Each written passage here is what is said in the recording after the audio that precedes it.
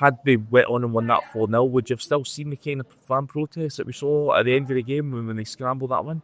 No, I don't think you would. I think most fans would have been happy. I think the fact that they've had to scramble to a 94th minute winner against up is why that the fans have reacted with, again, this anger. They remain to be convinced by this manager. And I was speaking about this last night. What does it take for these kind of protests to die down? I think we both agree that it's only going to be sustained 6 run of wins, big wins as well.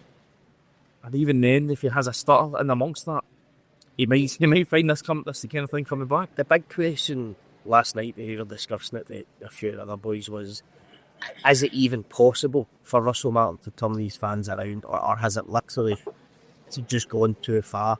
I actually do think it's possible. I know that it's brutal at the minute, and it seems unlikely that he's going to find a way back into the good books, but this is football. Things change. Things can change so quickly. I think it's a slim chance at the moment because of the form they're in. But I do believe he can turn the fans around. I think he probably thinks he can as well. He'll know that it's going to be difficult. But as you say, the only thing that will do it now, and it might seem unfair to put that demand, but it is Rangers.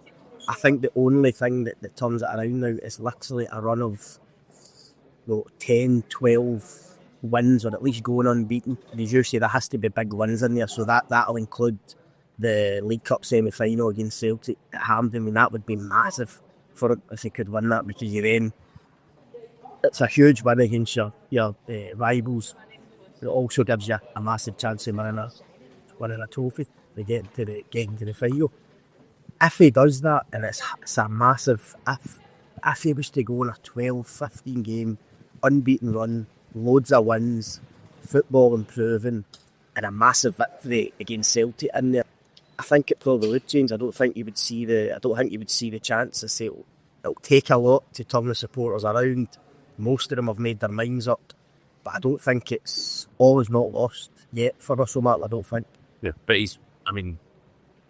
I think we both agree that any further slip-ups, certainly between tomorrow night's game, the game at Falkirk the next weekend, then that international break becomes a very perilous time for him if he suffers another slip-up. But it gives the board the chance to draw breath, to get together, to have a wee discussion and see where they're going, and maybe perhaps have a conversation about whether or not Russell Martin really is the guy.